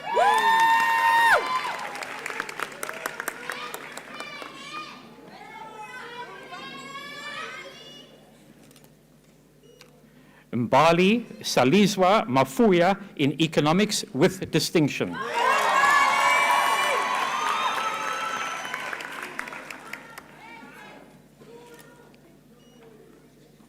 Refilwe Olive Makanete in Financial Management.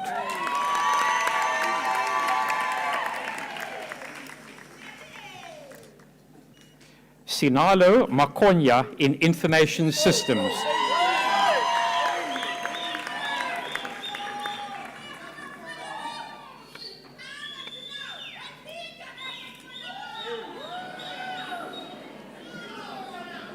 Michelle Kutlano Maluleke in Economics.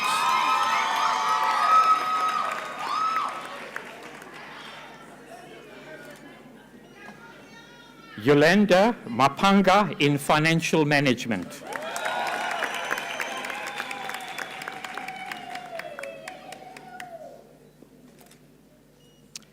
Shane John Murray in Economics with distinction.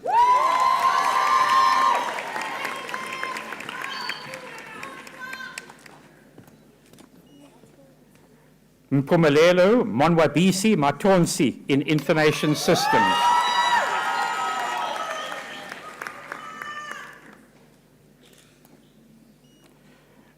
Naledi Linda Kushle Mbete in Economics.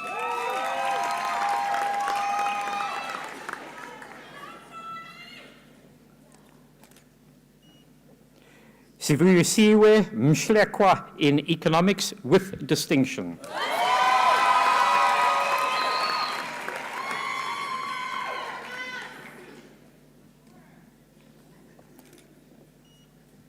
Linda Kushle, Angel Mkize in Information Systems with distinction.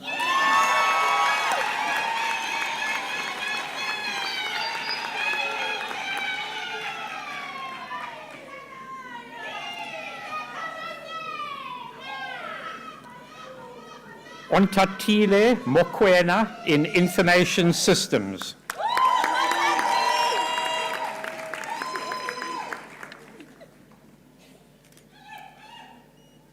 Refilwe Mokwena in Economics.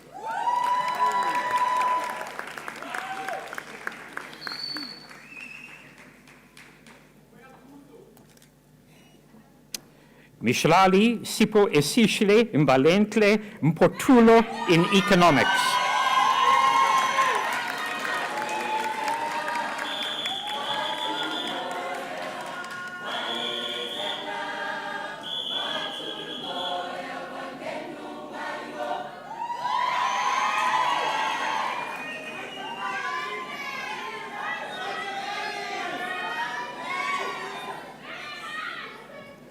Tanyani Mulibana in Financial Management.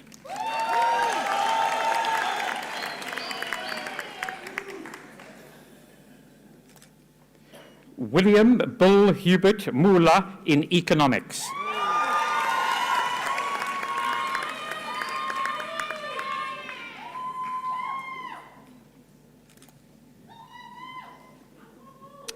Chivua Nechivambe in Information Systems.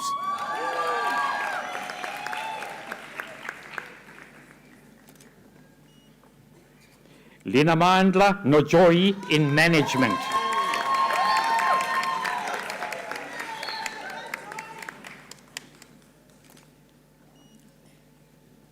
Liabona Nkumani in Management.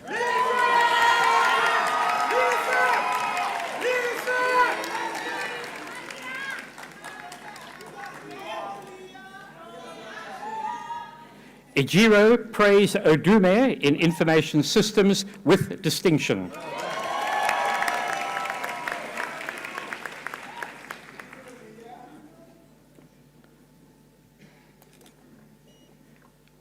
Ongaziwe Palmer in Information Systems.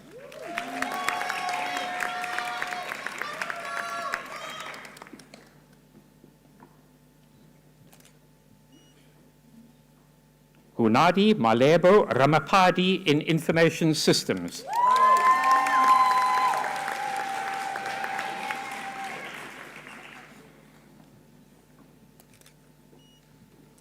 Sabelo Pakeme Shabalala in Economics.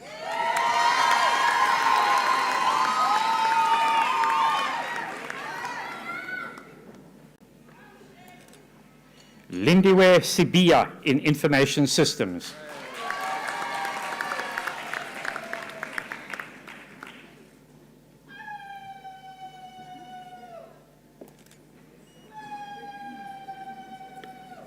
Mfumo Neo Tibane in Financial Management.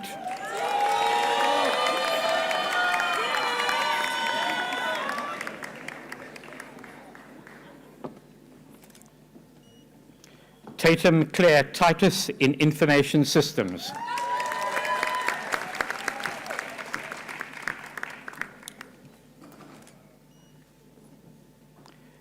Simankele Chete in Financial Management.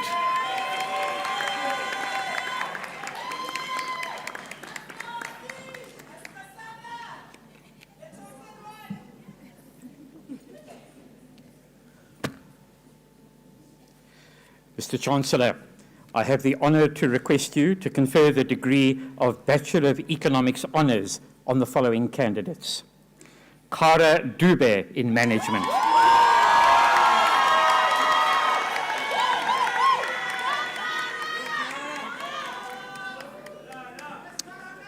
Mosa Beatrice Mapeja in Economics.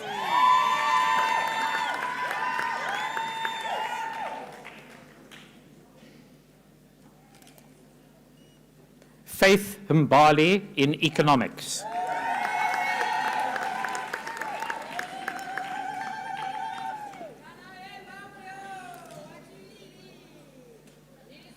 Kutlwano Motswane in Economics.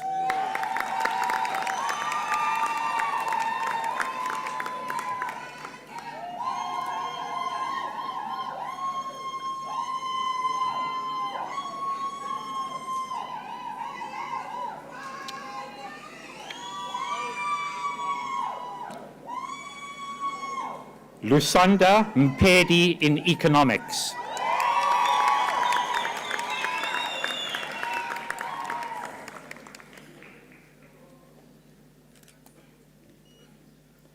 Fahina Kwanele Mtetwa in Economics.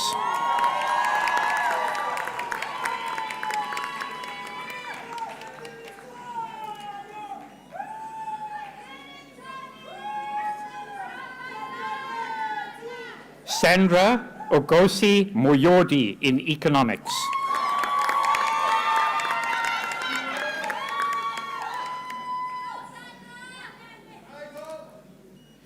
Siko Pashlane in Information Systems.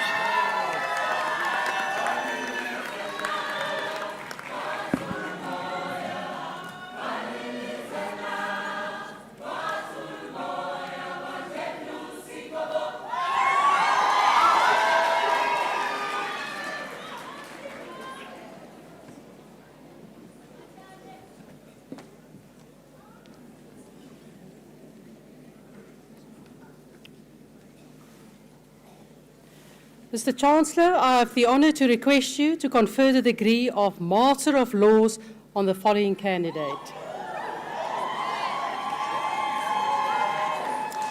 Caitlin Ann Stalls with distinction.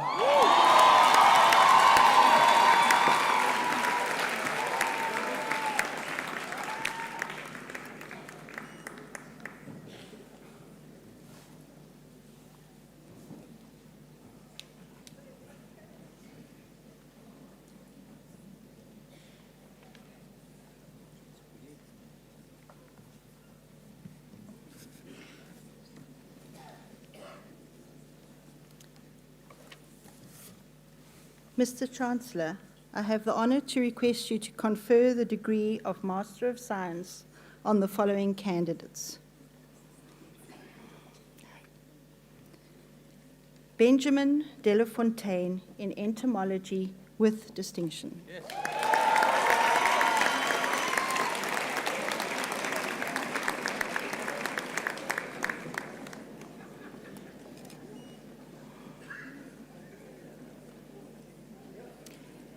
Erin Ashley Boone in entomology with distinction.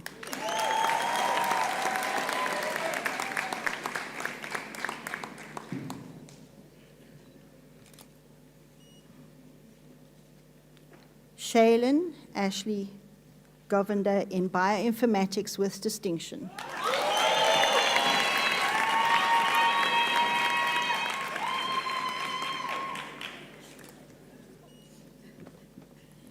Carl Ivor Hansen-Huell in physics.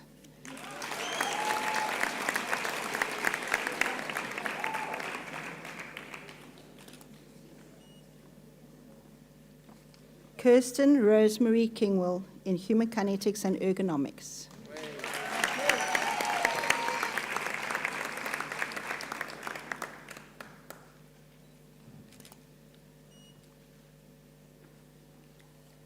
Chipo Perpetua Makombe in bioinformatics.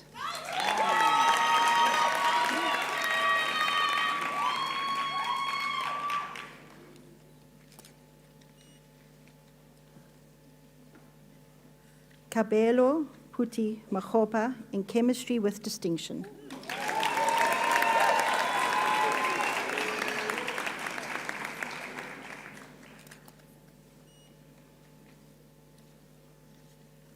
Tobile Nkamfalala in mathematics with distinction.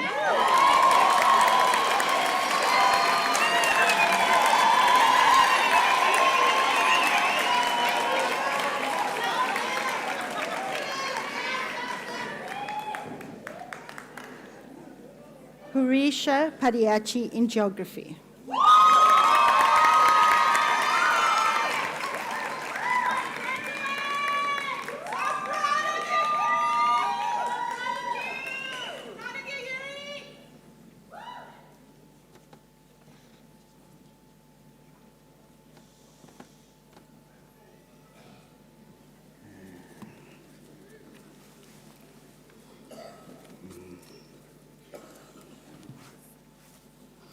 Mr. Chancellor, I have the honor to request you to confer the degree of Doctor of Philosophy on the following candidate.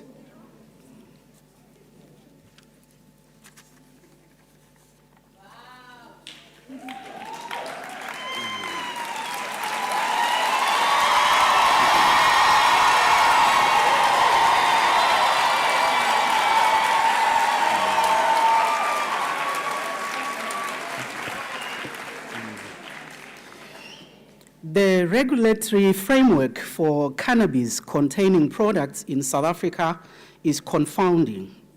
In this context, Allison evaluated the quality of some commercially available and extemporaneous topical products to identify factors that affect the preparation and in-use stability of topical cannabidiol-containing dosage forms. Several new cannabidiol oil in water formulations with properties similar to commercially available products were developed using a cold manufacturing process. Methods for characterizing and quantitating cannabidiol were developed, optimized, and validated. Stability studies revealed that all cannabidiol products tested were susceptible to degradation if not stored properly and away from light. This research has provided insight into the challenges of producing quality and safe cannabis-containing products. Congratulations.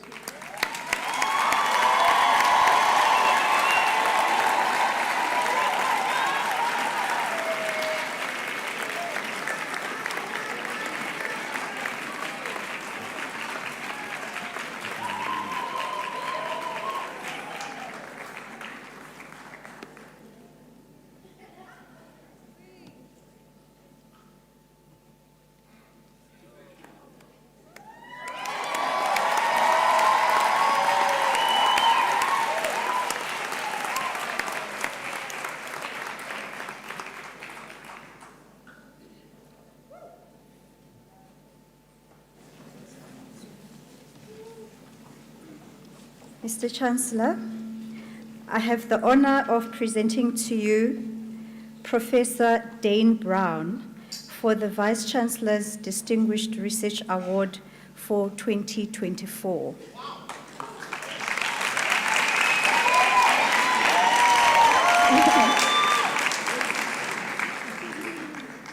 The Vice-Chancellor's Distinguished Research Award is made annually to a young staff member of Rhodes University who demonstrates exceptional ability in relation to peers. Today, I am honored to present Associate Professor Dane Leslie Brown for the 2024 award, awarded in recognition of outstanding progress in the pursuit of and engagement in research and general scholarly activity. Professor Dane Brown obtained his PhD in computer science from Rhodes University in 2018 and has been in the employ of Rhodes University for the past 8 years. He is currently an associate professor and the postgraduate and honors research coordinator in the Department of Computer Science. In 2022, he appeared in the Rhodes University Top 30 Researchers list. He started publishing widely long before he completed his PhD, and his publication frequency has accelerated hugely in the past few years. The recognition of his work is also indicated by the number of citations, which stood at 249 at the time of his nomination. Evidence of his growing national reputation is evidenced by his induction as a member of the South African Young Academy of Sciences, SAYAS, in 2022. He was also admitted into the prestigious National Future Professors Program and recently obtained a National Research Foundation rating in the Y category. He boasts an impressive publication record of 54 journal articles and conference proceedings. To date, he has supervised 5 master's students to completion and is currently supervising 2 PhD students and another 3 master's students. His academic standing is evidenced by external supervision roles at various South African universities and his role as an invited reviewer for journals of national and international repute. He is also a visiting associate professor at the University of Warwick, one of the top universities in the United Kingdom. His research is primarily centered around machine learning, computer vision, biometrics, artificial intelligence, and information security.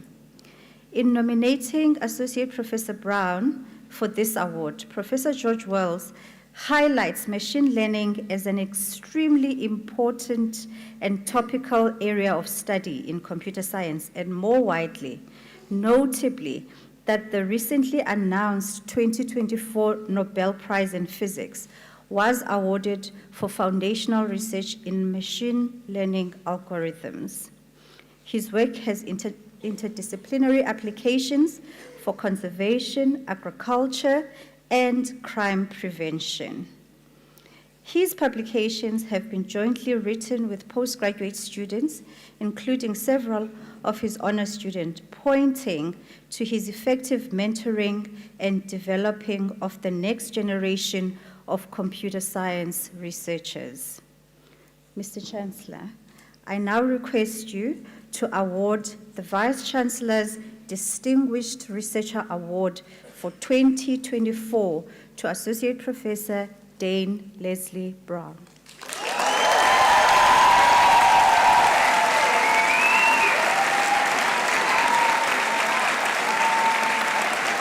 I'm proud of you. Thank you very much. It's an honor.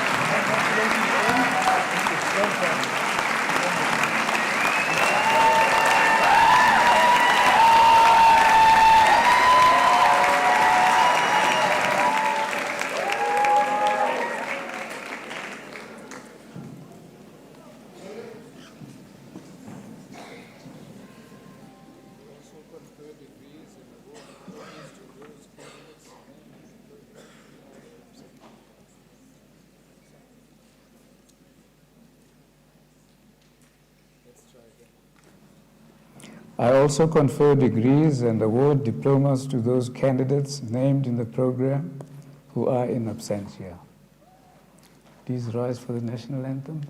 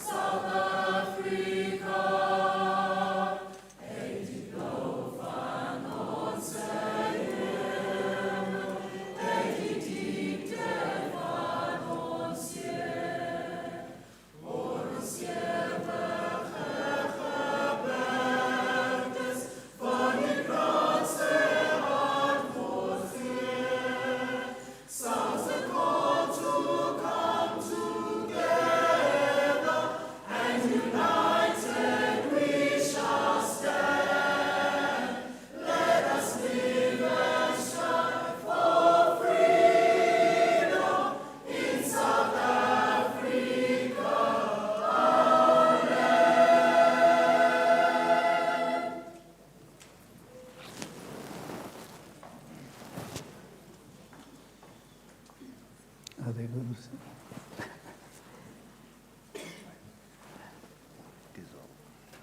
Oh, I still have to do that. By virtue of the authority vested in me, I dissolve this congregation of Rhodes University.